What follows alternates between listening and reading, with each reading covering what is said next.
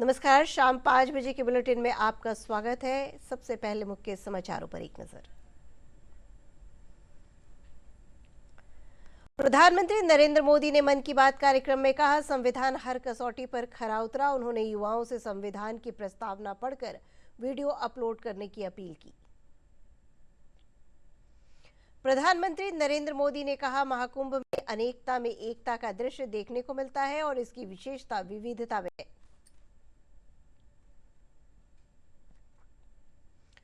Cancer के खिलाफ जंग में हथियार बना आयुष्मान योजना। पीएम मोदी ने की तारीफ, कहा इसकी वजह से 90% कैंसर मरीजों को हुआ इलाज। 2 दिवसीय दिल्ली दौरे पर मुख्यमंत्री नीतीश कुमार पूर्व प्रधानमंत्री मनमोहन सिंह के परिजनों से करेंगे मुलाकात।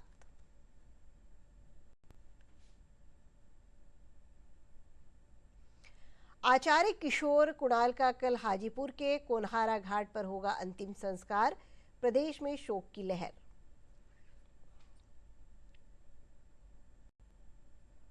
और 70वीं बीपीएससी प्रारंभिक परीक्षा को दोबारा कराने की मांग को लेकर पटना में अभ्यर्थियों ने किया प्रदर्शन।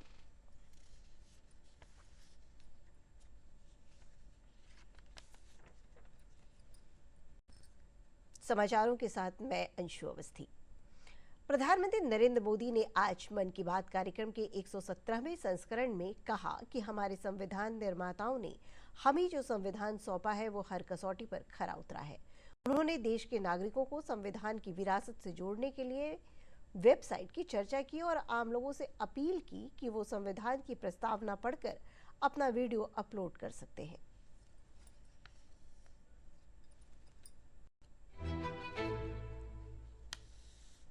मेरे प्यारे देशवासियों, नमस्कार। 2025 बस अब तो आ ही गया है, दरवाजे पर दस्तक दे ही रहा है। 2025 में 26 जनवरी को हमारे संविधान को लागू हुए 75 वर्ष होने जा रहे हैं। हम सभी के लिए बहुत गौरव की बात है। हमारे संविधान निर्माताओं ने हमें जो संविधान सौंपा है वो समय की हर कसौटी पर खरा उतरा है। संविधान हमारे लिए गाइडिंग लाइट है, हमारा मार्गदर्शक है। ये भारत का संविधान ही है जिसकी वजह से मैं आज यहाँ हूँ, आपसे बात कर पा रहा हूँ। इस साल 26 नवंबर को संविधान दिवस से एक साल तक चलने वाली कई एक्टिविटीज शुरू हुई हैं। देश के नागरिकों को संविधान की विरासत से जोड़ने के लिए constitution75.com नाम से एक खास वेबसाइट भी बनाई गई है। इसमें आप संविधान की प्रस्तावना पढ़कर अपना वीडियो अपलोड कर सकते हैं। अलग अलग भाषाओं में संविधान पढ़ सकते हैं। संविधान के बारे में प्रश्न भी पूछ सकते हैं। मन की बात के श्रोताओं से, स्कूल में पढ़ने वाले बच्चों से, कॉलेज में जाने वाले युवाओं से मेरा आग्रह है, इस वेबसाइट पर जरूर जाकर देखें, इसका हिस्सा बने। प्रधानमंत्री नरेंद्र मोदी ने अपने मन की बात कार्यक्रम में प्रयागराज में लगने जा रहे महाकुंभ की तैयारियों का भी जिक्र किया। उन्होंने कहा कि महाकुंभ की विशेषता इसकी विशालता में नहीं बल्कि विविधता में है। उन्होंने कहा कि और अगर दूसरे तरीके से कहना है तो मैं कहूंगा, और एआई चैटबॉट का प्रयोग होगा। लोगों की सुरक्षा के लिए उच्च गुणवत्ता वाले कैमरे भी लगाए गए हैं। बटे समाज हमारा। साथियों, इस बार प्रयागराज में देश और दुनिया के श्रद्धालु डिजिटल महाकुंभ के भी साक्षी बनेंगे। डिजिटल नेविगेशन की मदद से आपको अलग अलग घाट, मंदिर, साधुओं के अखाड़ों तक पहुंचने का रास्ता मिलेगा। यही नेविगेशन सिस्टम आपको पार्किंग तक पहुंचने में भी मदद करेगा। पहली बार कुंभ आयोजन में एआई चैटबॉट का प्रयोग होगा।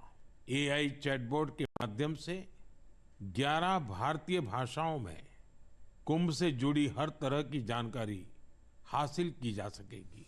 इस चैटबॉट से कोई भी टेक्स्ट टाइप करके या बोलकर किसी भी तरह की मदद मांग सकता है। पूरा मेला क्षेत्र को एआई पावर्ड कैमरा से कवर किया जा रहा है।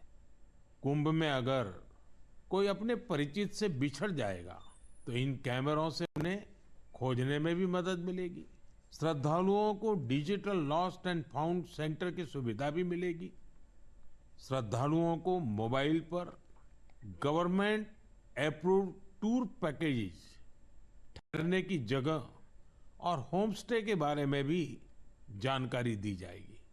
आप भी महाकुंभ में जाएं तो इन सुविधाओं का लाभ अवश्य उठाएं और हाँ, हैशटैग एकता का महाकुंभ के साथ अपनी सेल्फी जरूर अपलोड करिएगा।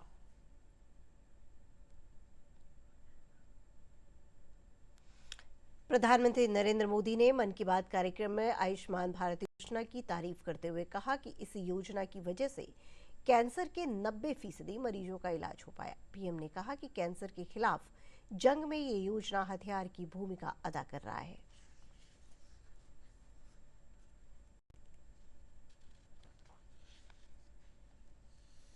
साथियों, अपनी जागरूकता और संकल्प शक्ति से हम क्या कुछ हासिल कर सकते हैं, इसका दूसरा उदाहरण है कैंसर से लड़ाई। दुनिया के मशहूर मेडिकल जर्नल लैंसेट की स्टडी वाकई बहुत उम्मीद बढ़ाने वाली है। इस जर्नल के मुताबिक अब भारत में समय पर कैंसर का इलाज शुरू होने की संभावना काफी बढ़ गई है। समय पर इलाज का मतलब है कैंसर मरीज का ट्रीटमेंट 30 दिनों के भीतर ही शुरू हो जाना।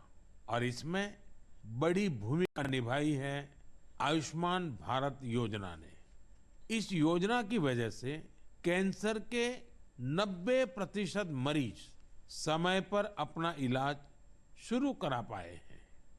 ऐसा इसलिए हुआ है क्योंकि पहले पैसे के अभाव में गरीब मरीज कैंसर की जांच में, उसके इलाज से कतराते थे। अब आयुष्मान भारत योजना उनके लिए बड़ा संबल बनी है। अब वो आगे बढ़कर अपना इलाज कराने के लिए आ रहे हैं। आयुष्मान भारत योजना ने कैंसर के इलाज में आने वाली पैसों की परेशानी को काफी हद तक कम किया है। अच्छा ये भी है कि आज समय पर कैंसर के इलाज को लेकर लोग पहले से कहीं अधिक जागरूक हुए हैं। यह उपलब्धि जितनी हमारे हेल्थ केयर सिस्टम की है, डॉक्टरों, नर्सों और टेक्निकल स्टाफ की है, उतनी ही आप सभी मेरे नागरिक भाई बहनों की भी है।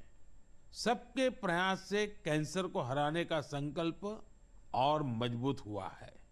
इस सफलता का क्रेडिट उन सभी को जाता है जिन्होंने जागरूकता फैलाने में अपना अहम योगदान दिया है। कैंसर से मुकाबले के लिए एक ही मंत्र है, अवेयरनेस, एक्शन और एश्योरेंस। अवेयरनेस यानी कैंसर और इसके लक्षणों के प्रति जागरूकता, एक्शन यानी समय पर जांच और इलाज, एश्योरेंस यानी मरीजों के लिए हर मदद उपलब्ध होने का विश्वास। आइए हम सब मिलकर कैंसर के खिलाफ इस लड़ाई को तेजी से आगे ले जाएं और ज्यादा से ज्यादा मरीजों की मदद करें। आगे बढ़ते हैं। बिहार के विभिन्न स्थानों पर भी लोगों ने प्रधानमंत्री के मन की बात कार्यक्रम को सुना।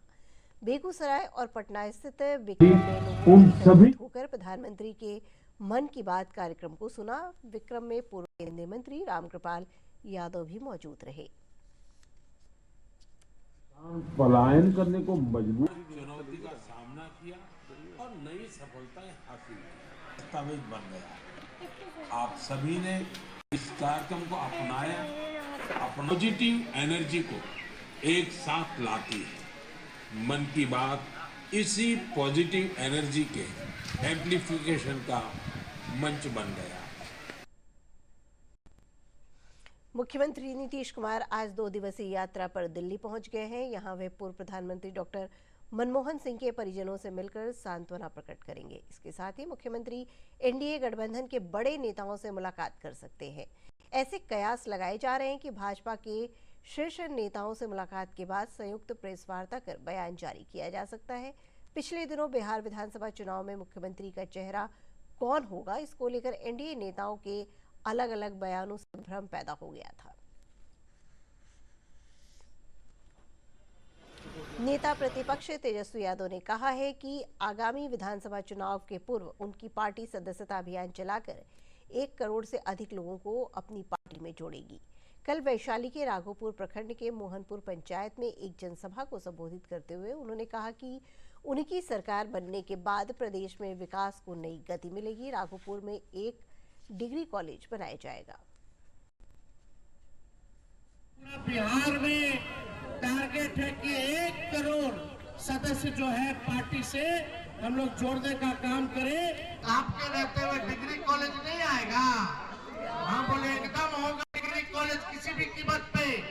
हम लोगों ने जमीन भी फाइनल कर दिया, जहाँ पुल जो गिर रहा है 6 लेन वाला, वहाँ एगो गेस्ट हाउस, सरकारी गेस्ट हाउस का भी हम लोग पास करा दिए। हिम्मतपुर में हम लोग जो है डिग्री कॉलेज का जमीन भी करवा दिए। पूर्व आईपीएस और महावीर मंदिर ट्रस्ट के प्रमुख आचार्य किशोर कुणाल का आज सुबह हार्ट अटैक से निधन हो गया। वे 74 वर्ष के थे। आचार्य कुणाल 1972 बैच के गुजरात कैडर के आईपीएस अधिकारी थे। मिली जानकारी के अनुसार उनकी तबीयत बिगड़ने के बाद उन्हें महावीर वात्सल्य अस्पताल ले जाया गया, जहां डॉक्टरों ने उन्हें मृत घोषित कर दिया। इस संबंध में जानकारी देते हुए प्रदेश सरकार में मंत्री सुमित कुमार ने बताया कि किशोर कुणाल जी के निधन से एक अपूरणीय क्षति हुई है। उन्होंने कहा कि स्वर्गीय किशोर कुणाल जी शिक्षा, स्वास्थ्य और सामाजिक गतिविधियों में लगातार सक्रिय थे। उनके निधन पर मुख्यमंत्री नीतीश कुमार ने भी गहरा शोक व्यक्त किया है।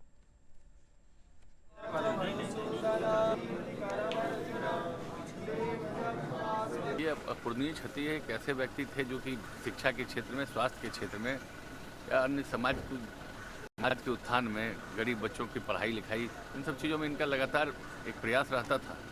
आज वो हम लोग के बीच में नहीं रहे हैं।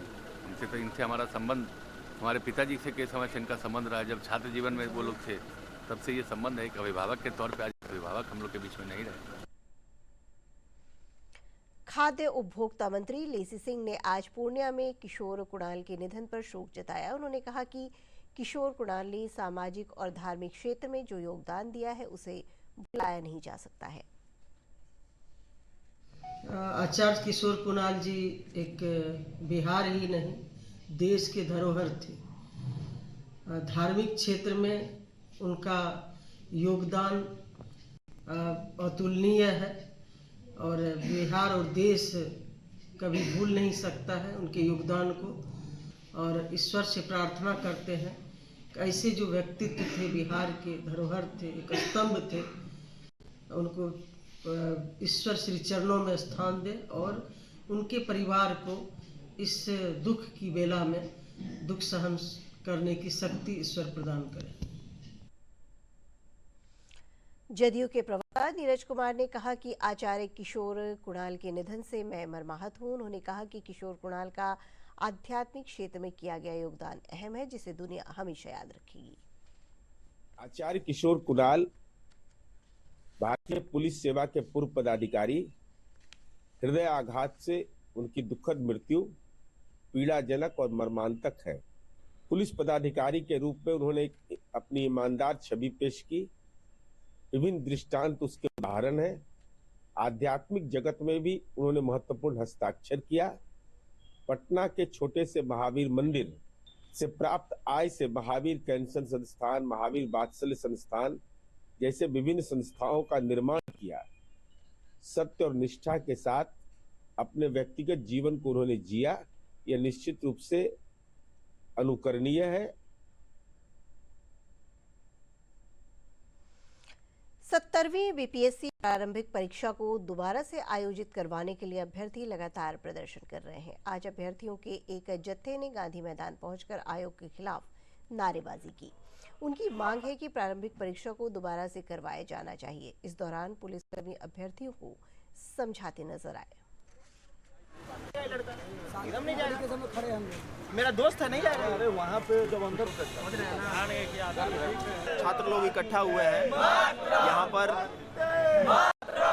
जो मांग है छात्रों का री एग्जाम के लिए, उसके लिए इकट्ठा हुआ है और मकसद ये है कि हम लोग ये चीज़ सरकार को संज्ञान में दें कि आप जो लाठी तंत्र का जो इस्तेमाल कर रहे हैं, लोकतंत्र को लाठी तंत्र बना रहे हैं।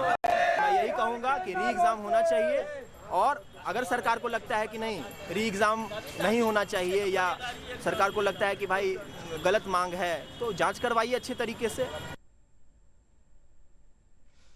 गया पुलिस ने 12 चट्टी थाना क्षेत्र अंतर्गत वाहन चोर गिरोह के 4 सदस्यों को 10 मोटरसाइकिल के साथ गिरफ्तार किया है। इस संबंध में जानकारी देते हुए नगर पुलिस अधीक्षक प्रेरणा कुमार ने बताया कि जिले में अपराध नियंत्रण के लिए सघन जांच अभियान चलाया जा रहा है। पुलिस ने गुप्त सूचना के आधार पर यह कार्रवाई की है। साइकिल रिपेयर शॉप में कोई चोरी की बाइक का सूचना प्राप्त हुई तो तुरंत अपने सीनियर्स को इन्फॉर्म करते हुए थाना 12 चट्टी अपने थाना के फोर्स के साथ वहां पहुंचे और वहां पे पहुंचकर दुकान पर उन्हें एक व्यक्ति मिला जिसका नाम था दिलचंद उर्फ राजेश कुमार। और उस दुकान की जब विधिवत तलाशी ली गई तो उसमें एक पल्सर मोटरसाइकिल और एक होंडा शाइन मोटरसाइकिल बरामद हुई। जब उस उक्त व्यक्ति दिलचंद से पूछताछ की गई तो उसके द्वारा बताया गया कि ये कमीशन पर चोरी की बाइक्स को लेन देन और बेचने का काम करते हैं।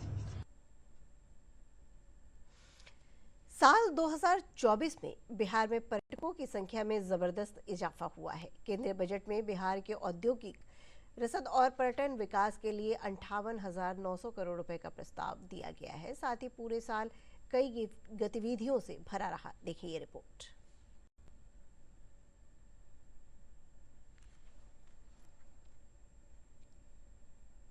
$57.56 लाख अधिक पर्यटक आए बिहार। सबसे ज्यादा विदेशी पर्यटक पहुंचे गया बोधगया। पटना में बनेंगे 3 5 स्टार होटल। बिहार के लिए साल 2024 कई यादें छोड़कर जा रहा है। इस साल पर्यटन के क्षेत्र में राज्य में बड़े बदलाव हुए। पर्यटकों की सुविधा का विकास होने से पर्यटकों की संख्या में 50% का इजाफा हुआ। राजधानी पटना के साथ साथ गया, बोधगया, नालंदा, राजगीर और वैशाली पर्यटन के प्रमुख केंद्र के रूप में उभरे। राजगीर में नेचर सफारी, जंगल सफारी और ग्लास ब्रिज पर्यटकों को सबसे ज्यादा आकर्षित कर रहा है। पर्यटन विभाग के आंकड़ों के अनुसार देसी पर्यटकों को पटना और राजगीर सबसे ज्यादा लुभा रहे हैं। बिहार में पर्यटकों की संख्या, जिला देशी पर्यटक, विदेशी पर्यटक। पटना 30.17 लाख, 16,345। गया 4.50 लाख, 55,958। बोधगया 10 लाख, 49,086। राजगीर 9.60 लाख, 45,857। नालंदा 6.15 लाख, 34,025। केंद्र सरकार ने भी इस साल बिहार में पर्यटन के विकास के लिए अपनी झोली खोल दी है। बजट में सरकार ने राज्य को बड़ा तोहफा दिया। बजट में बिहार के औद्योगिक रसद और पर्यटन विकास के लिए 58,900 करोड़ का प्रस्ताव दिया गया। इसमें बुनियादी ढांचा, बिजली परियोजनाएं और सड़क संपर्क शामिल था। साथ ही बिहार में धार्मिक पर्यटन को बढ़ावा देने के लिए गया के विष्णुपद मंदिर और बोधगया के महाबोधि मंदिर में काशी विश्वनाथ मंदिर की तर्ज पर भव्य कॉरिडोर बनाया जा रहा है। केंद्र सरकार ने राजगीर को भी तोहफा दिया है। बजट में की गई घोषणा के मुताबिक राजगीर में जैन तीर्थ स्थलों का भी विकास किया जाएगा। इसके अलावा नालंदा को एक प्रमुख पर्यटन केंद्र बनाने के लिए केंद्र सरकार बिहार को पूरा सहयोग देगी। इस सुनहरे भविष्य के द्वार पर खड़े भारत और बिहार दोनों के लिए निश्चित रूप से ये ट्रैवल एंड टूरिज्म फेयर जो है वो आने वाले समय में बहुत प्रोडक्टिव होगा। यहाँ बिजनेस के लिए जो लोग आए हैं उनको जो B2B मीटिंग्स को एक्सपेक्ट करते हैं, जो स्टेट टूरिज्म बोर्ड ने जहाँ अपने आप को यहाँ डिपिक्ट किया है, उन सब के लिए एक बहुत अच्छे परिणाम की शुभकामनाओं के। बिहार सरकार ने राज्य में पर्यटकों की सुविधा का विकास करने के लिए अलग अलग लेवल पर काम शुरू कर दिया है। इसमें लॉ एंड ऑर्डर में सुधार से लेकर होटलों के विकास पर काम किया गया। पटना में 5 सितारा होटल ताज की शुरुआत हुई। इसके साथ ही बिहार सरकार ने कैबिनेट की बैठक में पटना में 3 और 5 स्टार होटल बनाने पर मुहर लगा दी। इन होटलों का निर्माण गांधी मैदान के पास बांकीपुर बस स्टैंड, सुल्तान पैलेस में हेरिटेज होटल और वीर चंद पटेल मार्ग में होटल अशोक में किया जाएगा। समझा जा रहा है कि इससे देशी और विदेशी पर्यटकों का रुझान बिहार की तरफ और बढ़ेगा।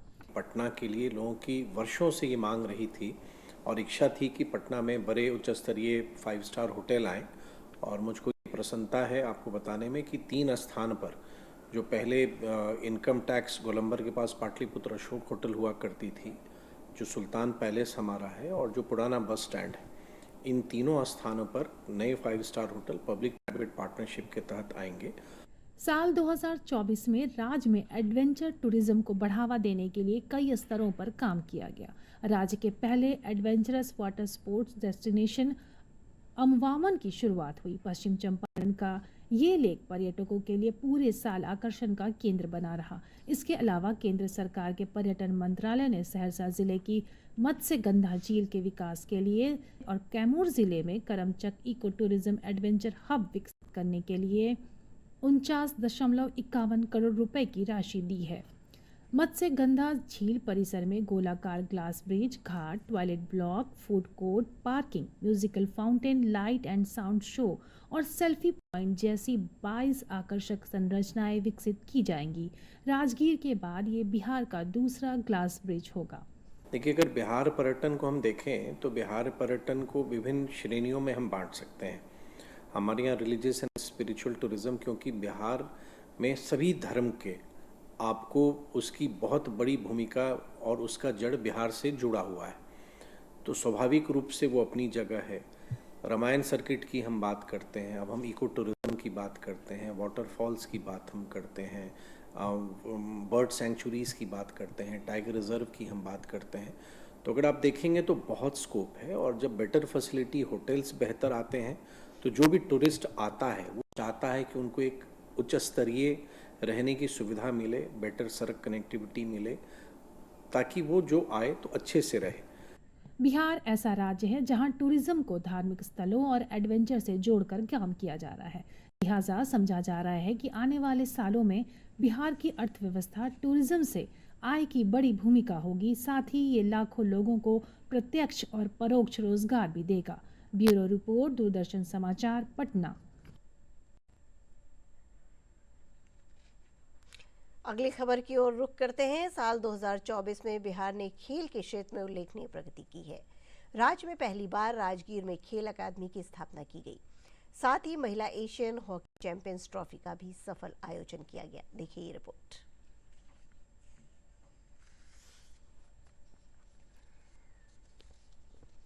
स्पोर्ट्स एकेडमी का हुआ साल 2024 में उद्घाटन। कला एवं संस्कृति विभाग से खेल विभाग हुआ अलग। राज्य सरकार ने 23 गुना बढ़ाया खेल बजट। सरकार ने शुरू की मेडल लाओ नौकरी पाओ योजना। साल 2024 में खेल के क्षेत्र में बिहार का परचम बुलंद रहा। इस साल खेल विभाग ने कई उपलब्धियां अपने नाम की।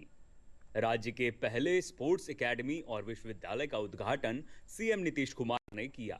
राजगीर स्थित ये खेल विश्वविद्यालय देश का चौथा विश्वविद्यालय है जो राज्य के युवाओं को खेल के क्षेत्र में उच्च स्तरीय शिक्षा और प्रशिक्षण प्रदान करेगा। इसमें 5 विशालकाय भवनों में इंडोर खेल सुविधाएं, विश्व स्तरीय हॉकी मैदान और ओलंपिक स्तर का स्विमिंग पूल है। इसके साथ ही 18 एकड़ में 40,000 दर्शक क्षमता वाले एक अंतर्राष्ट्रीय क्रिकेट स्टेडियम का भी वहां निर्माण किया जा रहा है। बिहार ने पहली बार साल 2024 में महिला एशियन हॉकी चैंपियंस ट्रॉफी का सफल आयोजन किया। इसका आयोजन राजगीर खेल एकेडमी के ग्राउंड पर ही किया गया। इस मैच में भारत ने चीन को बड़ी शिकस्त दी। पूरी दुनिया की नजर 11 नवंबर से लेकर 20 नवंबर तक बिहार पर थी। इसके बाद राज्य की छवि खेल मानचित्र पर बदली। इमर्जिंग स्पोर्ट्स स्टेट के रूप में उभरा है और इसका रिकग्निशन जो फिक्की अवार्ड फंक्शन में दिया गया है। फिक्की ने emerging state for sports award इस बार बिहार को मिला है, तो इसी से साबित होता है कि बिहार खेल के मैदान में उभरते हुए नजर आ रहा सबको। बिहार सरकार राज्य में खेल के विकास को लेकर काफी गंभीर है। इसी साल राज्य सरकार ने कला एवं संस्कृति विभाग से खेल विभाग को अलग कर दिया। विभाग के बनते ही खेल विभाग का बजट 23 गुना बढ़ गया। पहले जहां खेल के लिए 30 करोड़ का बजट होता था, वहीं साल 2024 में खेल के लिए 680 करोड़ का बजट हुआ। साल 2024 में बिहार को इमर्जिंग स्टेट प्रमोटिंग स्पोर्ट्स का अवार्ड मिला। फिक्की की ओर से बिहार में ब्लॉक लेवल पर खेल कार्यक्रम का आयोजन करने और अधिक से अधिक खिलाड़ियों को सहभागिता बढ़ाने के लिए ये अवार्ड दिया गया। कभी खेल में बिहार को फिसड्डी राज्य की लिस्ट में रखा जाता था। हालांकि इस साल खेल में इतने मेडल लाए हैं कि गिनतियां कम पड़ती दिखी। सिर्फ बिहार ही नहीं बल्कि भारत के खिलाड़ी आगे बढ़ रहे हैं। जो नई नई नीतियां बन रही हैं, योजनाएं बन रही हैं, जो आधारभूत संरचनाओं का विस्तार पूर्वक नया इंफ्रास्ट्रक्चर डेवलप हो रहा है, निश्चित रूप से खिलाड़ियों को बढ़ावा मिल रहा है। ओलंपियंस हो या पैरालंपियंस हो, पैरा एथलीट्स हो, हर स्टेज पर आज प्रतिनिधित्व कर रहे हैं और जीत रहे हैं। राष्ट्रीय और अंतर्राष्ट्रीय स्तर की विभिन्न खेल प्रतियोगिताओं में राज्य के खिलाड़ियों ने ढेर सारे मेडल अपने नाम किए हैं। ओलंपिक में भी इस वर्ष बिहार के खिलाड़ी शामिल हुए, जबकि पैरालंपिक में बिहारी खिलाड़ी मेडल जीतने में भी कामयाब रहे हैं। साल 2024 में बिहार में खेल नीति लागू की गई। खिलाड़ियों के लिए मेडल लाओ नौकरी पाओ योजना की शुरुआत की गई। इस साल 71 लोगों को इस योजना के तहत नौकरी मिली है। इसमें 21 लोग पुलिस सब इंस्पेक्टर बने हैं। स्पोर्ट्स स्कॉलरशिप पॉलिसी भी लागू हो गई है। इसके तहत 140 बच्चों को खेल छात्रवृत्ति योजना के तहत लाभ मिलना शुरू हो गया है।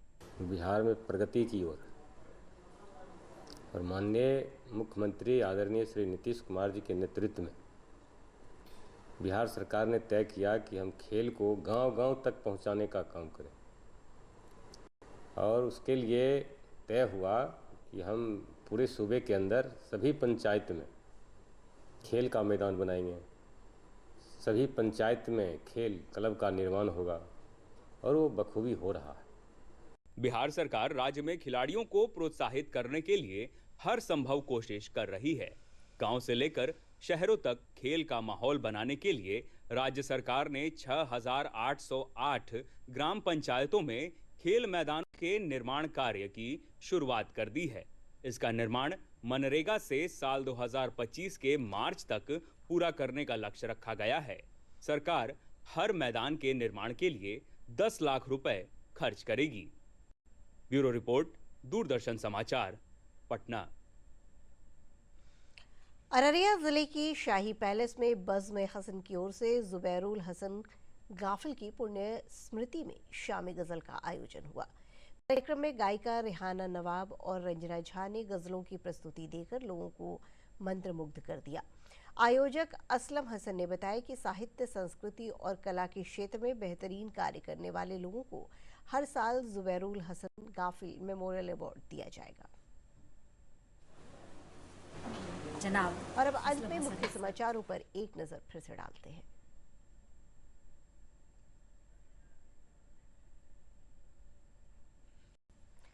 प्रधानमंत्री नरेंद्र मोदी ने मन की बात कार्यक्रम में कहा, संविधान हर कसौटी पर खरा उतरा। उन्होंने युवाओं से संविधान की प्रस्तावना पढ़कर वीडियो अपलोड करने की अपील की। प्रधानमंत्री नरेंद्र मोदी ने कहा, महाकुंभ में अनेकता में एकता का दृश्य देखने को मिलता है और इसकी विशेषता विविधता में है।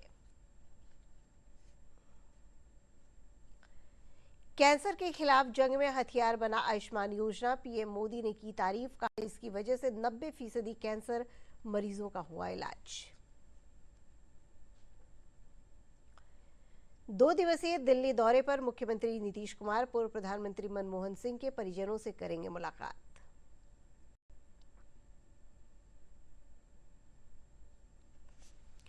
आचार्य किशोर कुणाल का कल हाजीपुर को कुरहारा घाट पर होगा अंतिम संस्कार। प्रदेश में शोक की लहर।